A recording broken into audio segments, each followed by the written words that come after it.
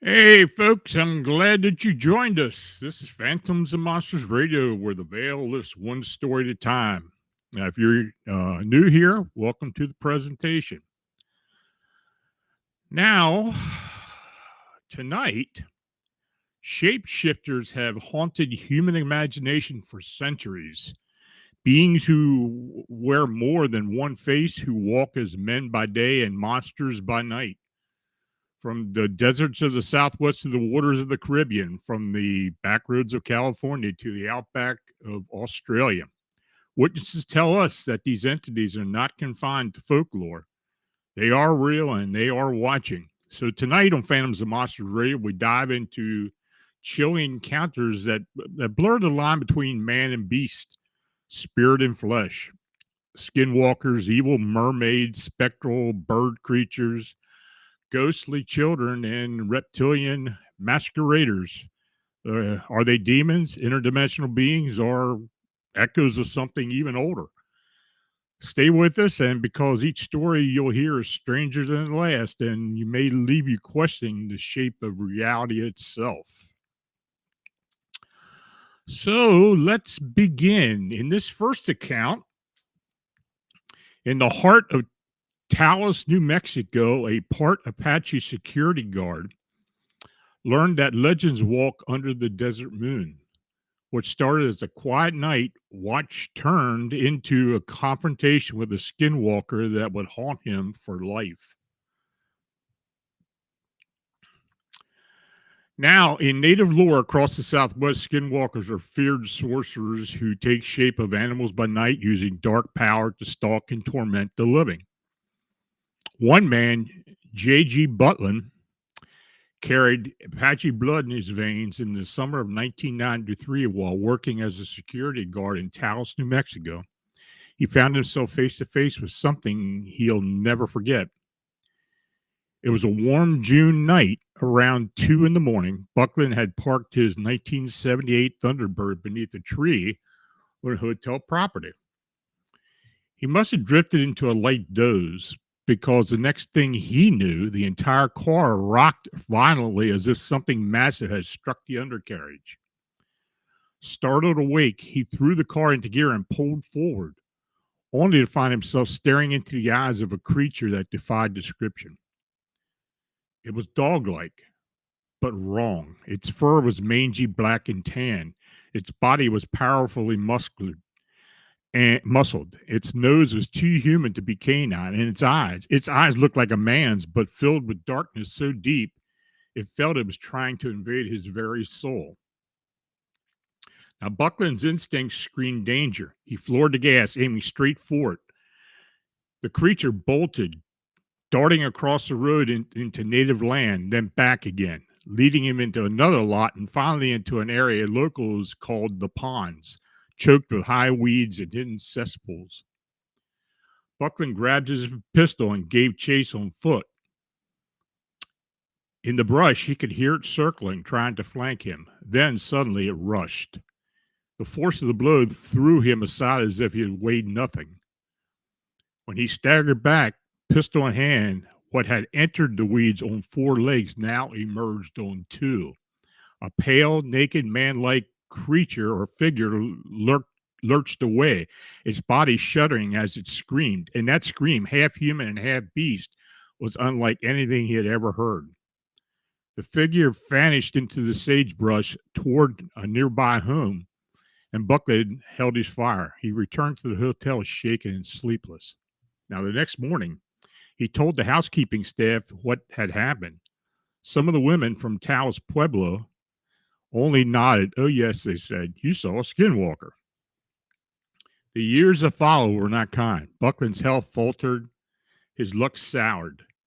He believed a skinwalker had left a mark on him, and so he sought cleansing from a shaman named Tall Eagle Boy, who saged, rattled, and prayed over him in the old way. In time, a spirit ally came to him in the form of a great white wolf. In Apache tradition, the wolf is a guardian, brave, loyal, protector of its family. Buckland believed his spirit animal helped break the skinwalker's grip. Still, he never forgot the eyes of that thing, or the way it shifted from beast to man from fleeing into the desert night. And he carried one hard-earned lesson from that encounter. When faced with such beings, the safest choice is not to engage, because some things just don't just threaten your life, they threaten your spirit. Now, this next account, a tragedy at sea led to an encounter more terrifying than the waves themselves. When divers tried to recover drowned children, something screamed from the depths, a colorful human-faced creature that snatched the dead and vanished. Now, the witness tells me the strange underworld and possibly evil mermaids are very much real. Having witnessed them once in my life, I can definitely testify to their existence, but they're not the pretty women that you often see portrayed. I live here in the Caribbean on the islands of St. Vincent and the Grenadines. Back on January 12th, 2015, a vehicle carrying school children had lost control while going down a steep hill and plunged into the sea. 8 children died, 6 of whom had recovered. When we, the villagers, got to the scene, the bodies of the young people were floating on the water. We put on our diving gear and jumped in to recover the bodies. 2 other men and I were trying to grab the body of one of the girls who was my cousin. When one of the men got close enough to make a grab, an entity appeared out of nowhere, screaming angrily, yes, screaming, and snarling, saying, "Don't touch her, or else you'll see what will happen." This thing was pure evil. Its face looked human. It had a Nigerian accent, and its body was colorful. We were terrified. The creature immediately grabbed the girl's body and took off at incredible speed, then just disappeared. There were about 15 divers in the water. When we got to the shore, we couldn't speak for over 2 hours, scared beyond imagination. When we told the others what happened, some of the other divers said that they saw the same thing. The elders in the community began sharing stories about these creatures from long ago, before electricity came to our village. They said the young people were a sacrifice. From that day on, I had never looked at the ocean the same way again. I wish we had evidence to prove what we saw, but waterproof phones and cameras were not standard in our area back in 2015. To this day, the other divers still talk about it. I have stopped diving since the incident.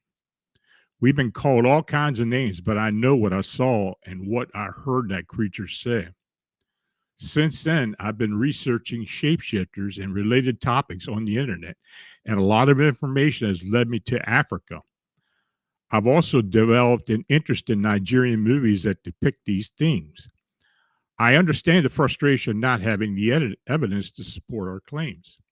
Now, until now, we haven't found those two girls' bodies. The Coast Guard searched for almost a month, and we searched the rocky beaches for miles over several weeks. About a year ago, a couple of friends and I went night fishing.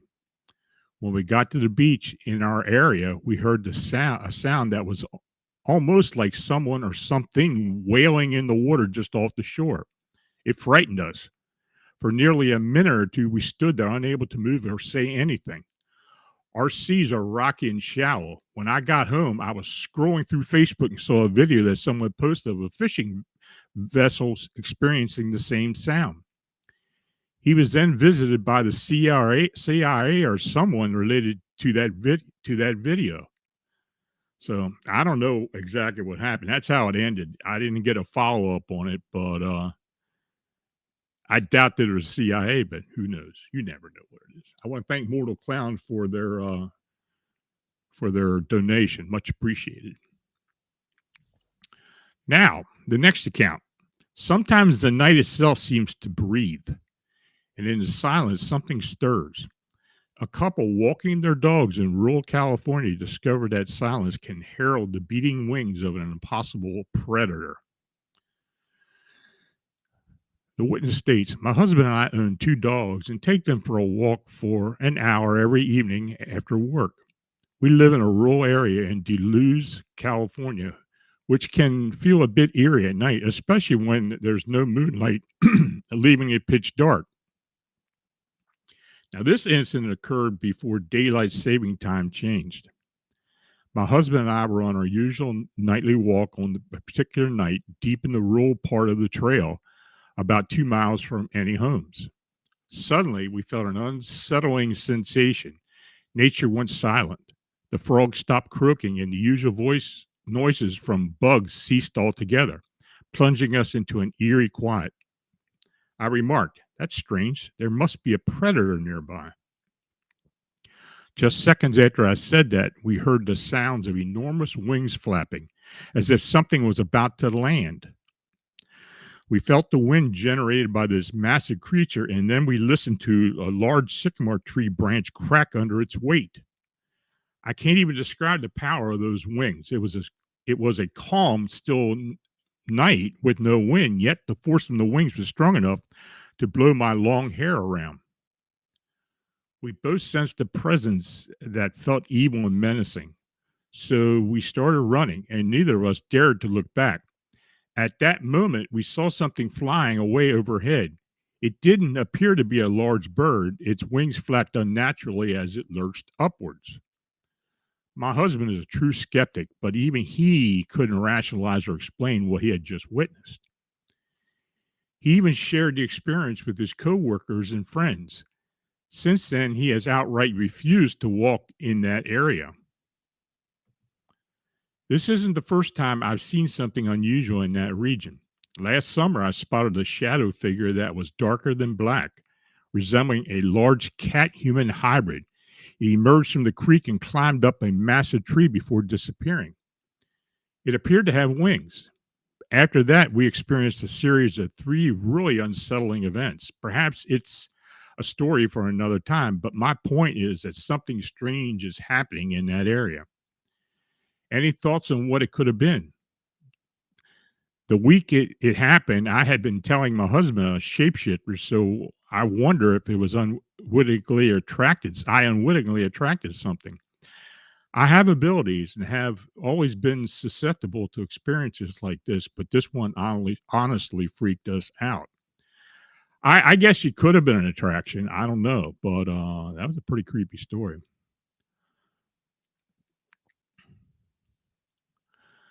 On this next account, on a lonely country road, a young minister saw a vision that defied reason. From ghostly figures to a gray skinned child peering from a drainage pipe, the encounter tied back to whispers of black magic and tribal history. Now, the witness tells me this is a true story that happened to me many years ago when I was in the ministry. I had taken my grandfather out for an evening sporting event. We lived in the countryside of southern Colorado, and drove him back home around 11:30 or 12 o'clock midnight after the event ended. Now, as I was coming down a country road, I noticed something stirring the horses in the field. Since those were our horses, I decided to park my car just past the bend on the road. I walked back to the bend and looked over the barbed wire fence to see what was disturbing the horses. Now, as I was scanning the area, I heard a rustling in the leaves and grass just a few feet in front of me. The sound of grass moving and leaves crackling. That's when things started to get strange. Win Nice, thank you for your donation. Much appreciated. Now, as I looked into the weeds and grass, I saw what appeared to be a vision of a man and a woman lying there. I thought to myself, this is silly. I've stumbled onto a couple wanting privacy in the middle of the night. I couldn't really comprehend what had happened. When I looked again, the two figures seemed to shrink in size, transforming into something black, white, and furry, and it darted right past me. As it came closer, I noticed a water pipe that ran from the ditches under the dirt road into the drainage area. Now, confused, I turned my attention to the end of the pipe, and to my astonishment, two little hands emerged and grasped the edge of it. Then a little boy's face appeared from the pipe. His face was a ghastly grayish white, and he had black fur where his hair should have been. He looked straight at me, and I looked back at him in shock, and then he quickly retreated into the pipe. I felt scared and bewildered after experiencing something so startling. Now, initially, I thought I had walked into something strange, and then everything shrank away from me.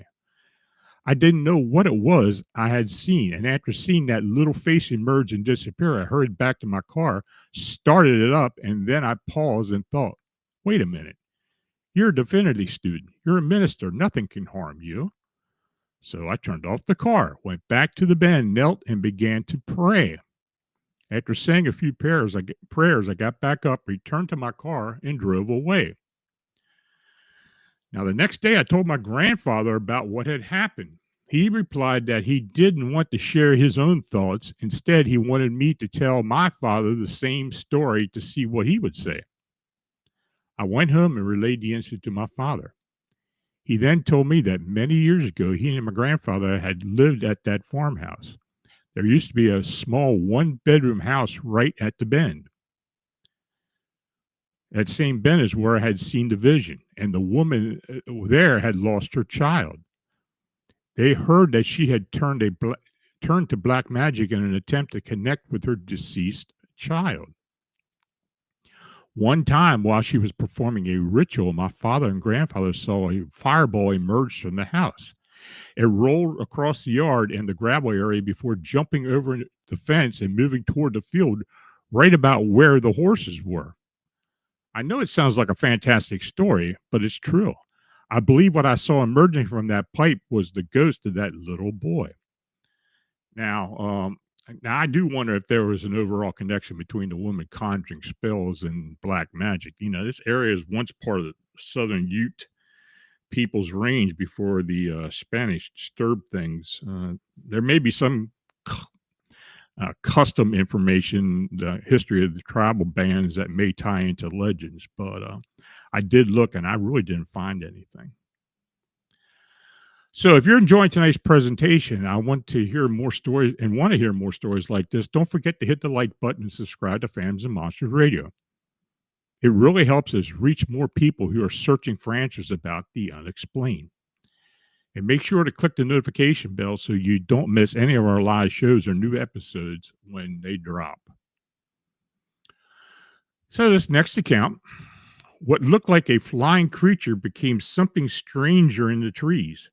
A ghost hunter's brush with a being that shifted from mid-flight left her afraid of the outdoors long after that night was over. So the witness states, in August 2008, I was with a group of people in central Arkansas out in the countryside just before dusk. This area has one-lane bridges and gravel roads with no road name signs. Many years ago, it was an Amish community, and one of the people in the group had lived there as a child. We had returned to the area to go ghost hunting at a cemetery near her old home. None of us is a drinker or drug user, and we're all middle aged. Although we belonged to the local ghost hunters club, we were on our own that night. Now, we arrived well before dusk to familiarize ourselves with the surroundings. I stepped out of the car and walked about 6 feet when I suddenly heard the sound of something quickly approaching me. It resembled wings flapping, but it was unlike anything I'd ever heard before, much larger in scale. I promptly turned around and saw this creature headed straight for me. I was so scared that I could hardly comprehend what I was seeing. I screamed and dropped to the ground. The entity flew over my head and landed on a tree limb nearby.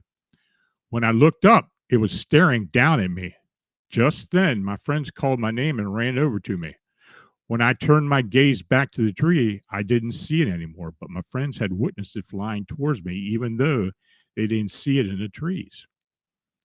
Now, while in the tree, the creature didn't look the same as it had while flying toward me. It appeared more like a large worm or snake, but much larger. It seemed as if it had wrapped itself around the tree limb, something a bird definitely cannot do.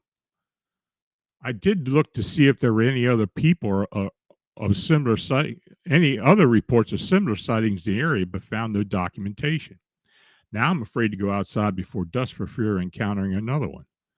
I've never been fearful of ghost hunting until now. What I saw was the most amazing and terrifying thing I'd ever experienced. I pray I never see it again.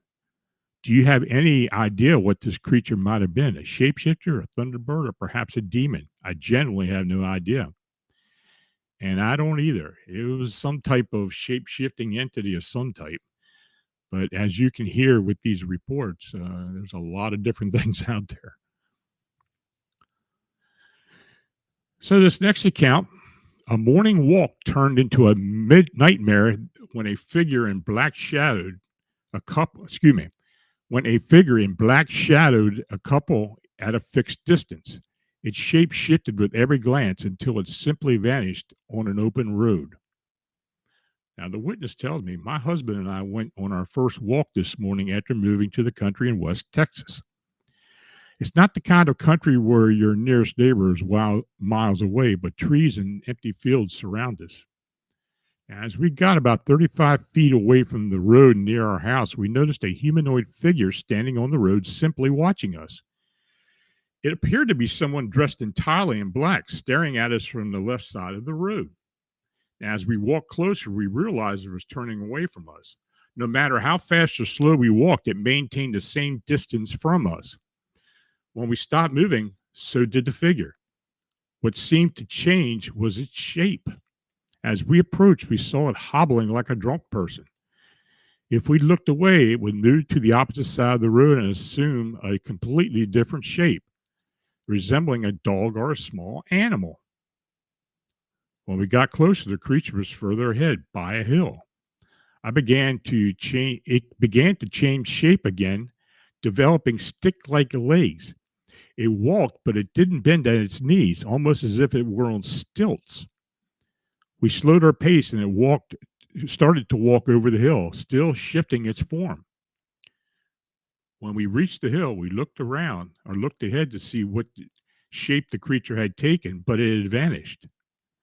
There was no trace of it in the distance, and we could see for miles, and no sign that it had been there at all.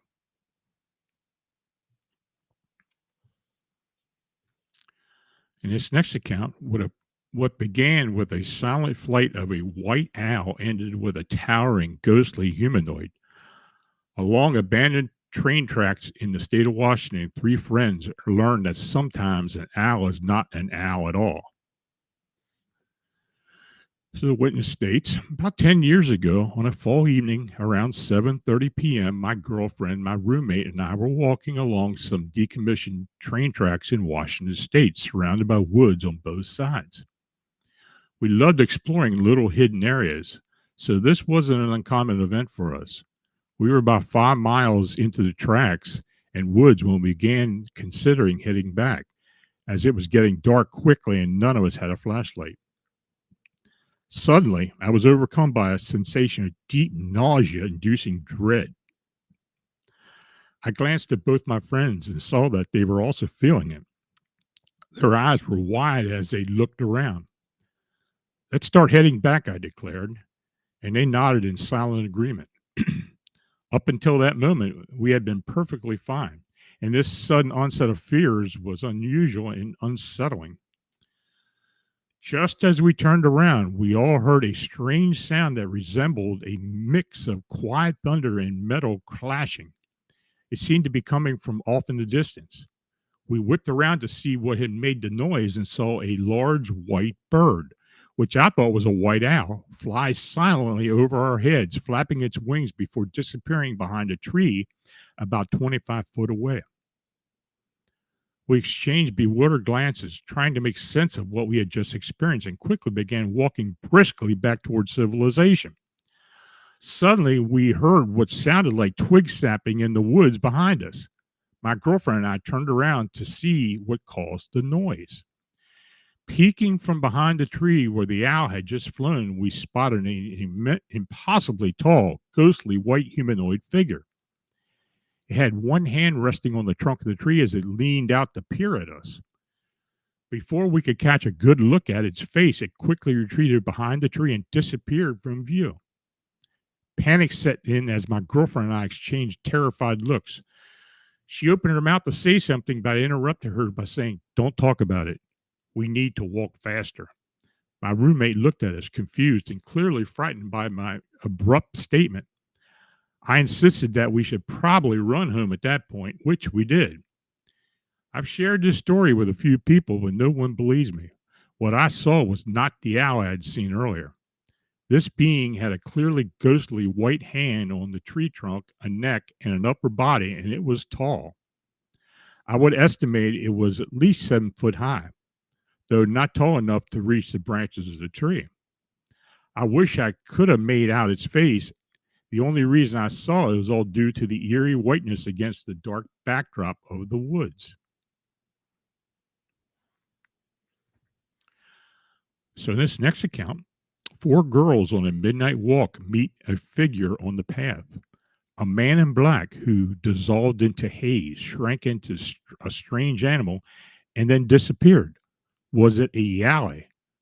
Was it a hairy man or something more elusive? Good day. I'm an Indigenous Australian woman, 38 years old. Due to colonization, I'm not what one might consider a full blood, but I still identify as Indigenous. Growing up, I heard stories about yalis and hairy men. Now, yalis are small, meerkat like creatures, while hairy men are similar to what many describe as a Sasquatch. Now, when I was 17 years old, my cousins and I would spend holidays with our family in a town that had a large indigenous population. We were there mainly for the boys. One particular summer night, we decided to walk into town. Our family lived about 2 to 3 kilometers out of town, but the highway was well lit and a paved path that ran alongside a cleared field. The grass was unkept, somewhere between freshly mowed and overgrown. We began our trek home around midnight. There were four of us girls, with two in front and two behind.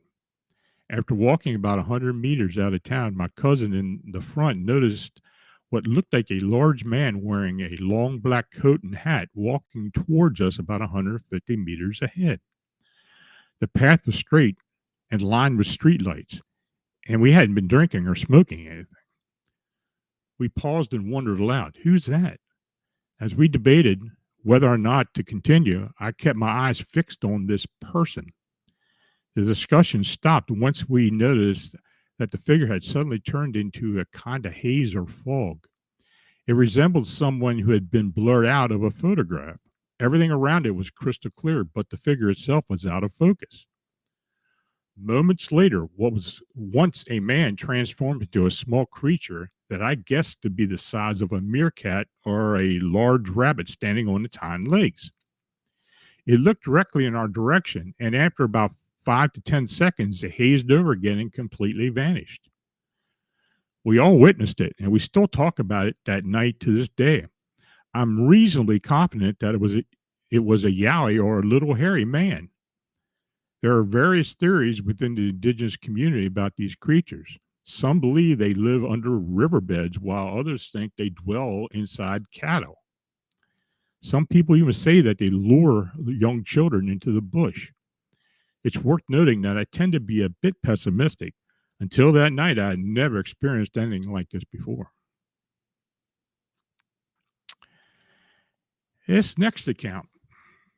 For weeks, a man and his dog saw a mysterious figure, an Asian man walking late at night. But one night, that familiar stranger revealed in a reptilian face, scales glinting in the dark, and then walked on as though nothing had happened. So the witness tells me, I live in Colusa, California. My dog and I used to sit on the doorstep at night and watch a gigantic white owl that would make a clicking sound like clock, clock, clock, clock. It often roosted in the giant oak tree across the street. So one night, about 3 a.m., I saw an Asian man walking up the sidewalk, smoking a cigarette in European style, holding it under his hand with one arm behind his back. Now, as he passed me, he nodded to me and I nodded back. I thought it was strange to see someone out so late. He walked around the corner and then disappeared. A week later, my dog and I saw the same Asian man again, this time a block and a half to the east, smoking his cigarette in the same peculiar manner. When he walked by, he smiled softly, said hello, and bowed his head. I returned the greeting with a hello and bowed my own head. The sound of his hard soled shoes would clatter in the stillness of the night in this small rural farming town where virtually no one else was around. About a week after that, I left the double front doors of my studio apartment open for ventilation so I could listen to the crickets and bullfrogs. Around 2:30 a.m., I heard the Asian man approaching my door. He stopped, turned, and looked in at me lying on my mattress on the floor.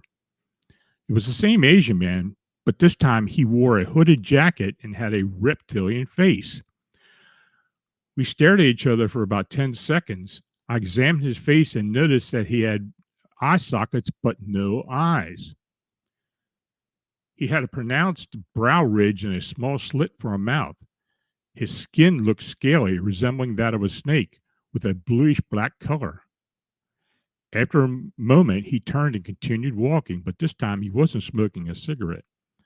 However, the clattering of his shoes faded away as he moved into the distance, and that was the last time I had seen him. So, folks, that was the last account. If you have any questions, any statements, anything you want to express, please use all caps in the chat.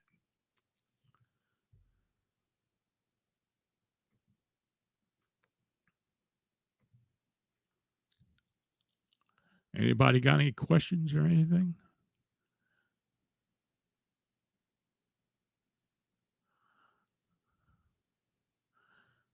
Got a decent crowd in here tonight. Dagnammit. Any thoughts on how a shapeshifter physically transforms one's form through an inherently magical ability at will? Well, that's why we call it the supernatural. We don't really have any scientific explanation as to why these things happen. I mean, I've encountered shapeshifters myself. I've heard accounts for over 40 years. I still don't understand it. But I do know from what people tell me and what people describe it that there's a supernatural aspect to all these beings. Are they all connected? I have no idea. Do they come from the same place onto our earth plane? Hard to tell. That's the best I can tell you. Anything else, folks?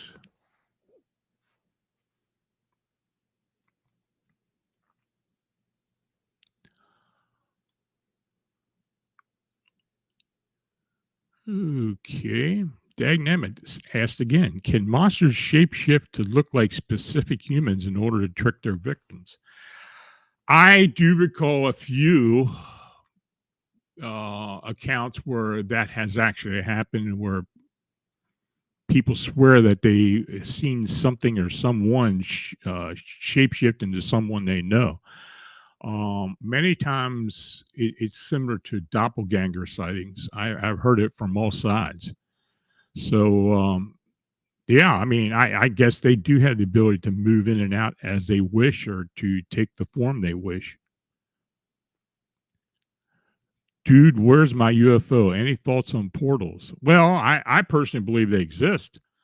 I've always thought that there was some type of gateway abilities through some beings to go from other dimensions into our Earth plane.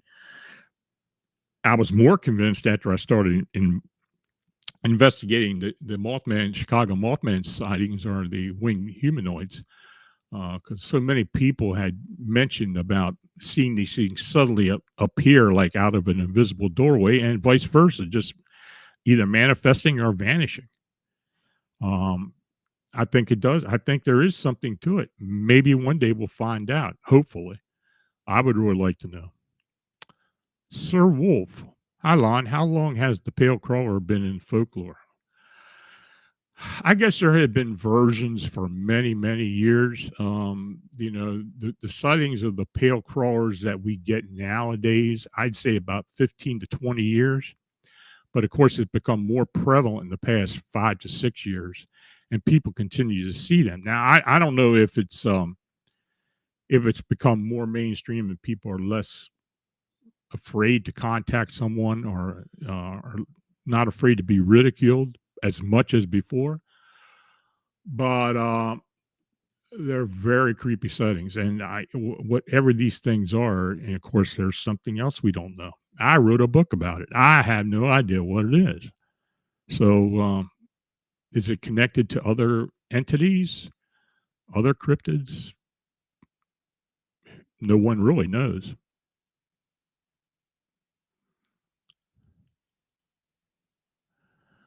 Have most this is from Dude's Word My UFO. Have most Mothman sightings mentioned it having red eyes? I'd say the majority. We occasionally have some that don't, but the majority do have the red eyes. And we had accounts of other colors of the eyes as well.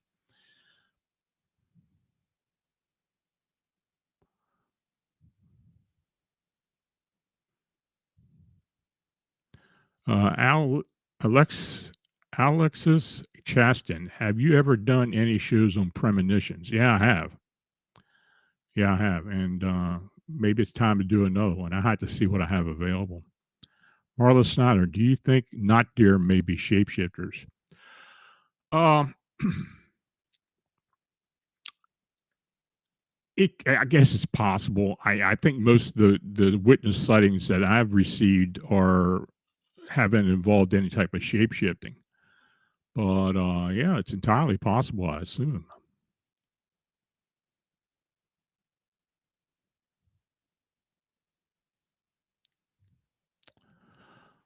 Leakum the spicy lizard. What's the oddest place or situation you heard a shapeshifter be found? Any high-ranking societal occupations ever mentioned? Hmm. I had to think about that.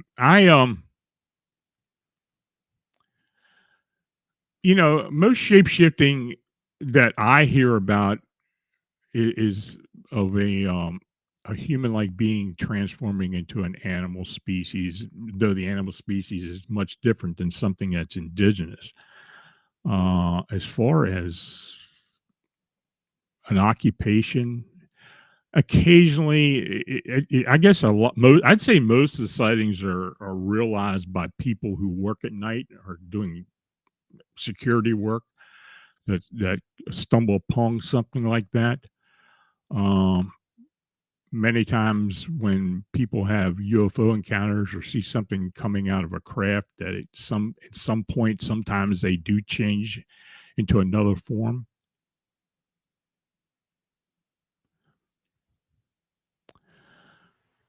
Uh, Dude, where's my UFO? Do you think it's an interesting similarity to how the Varginha, Brazil alien also had red eyes? I know it did. I know the witnesses stated it had red eyes.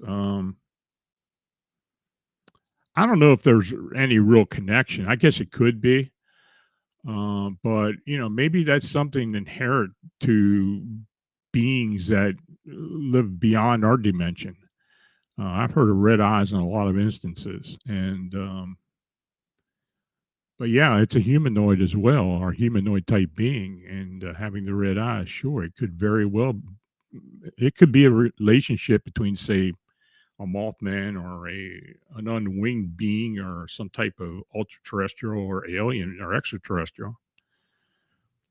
Mortal Clown, thank you again for your donations. Very much appreciated. Um, Jay, have there been any or many stories about shifters being in the position of power and taunting those who sense them? I think that's a meme or a theme coming from TV shows or movies for the most part. I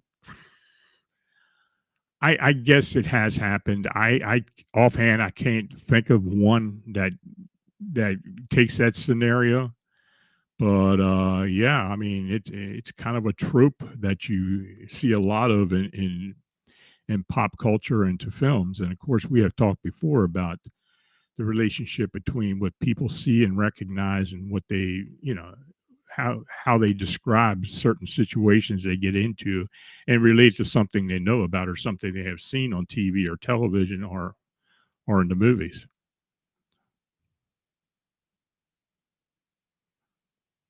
Anything else, folks?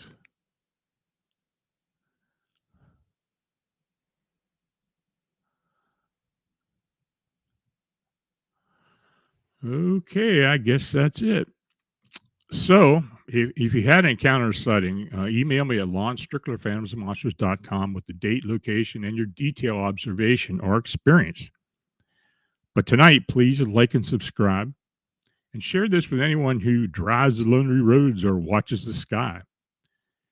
So, again, the newsletter sign up is found on phantomsandmonsters.com on the upper part of the homepage. You can sign up, put your email address in there, and receive the newsletter. It went live last weekend. So, in 2 weeks, we'll have another one.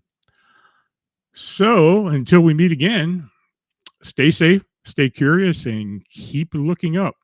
Good night and have a great weekend.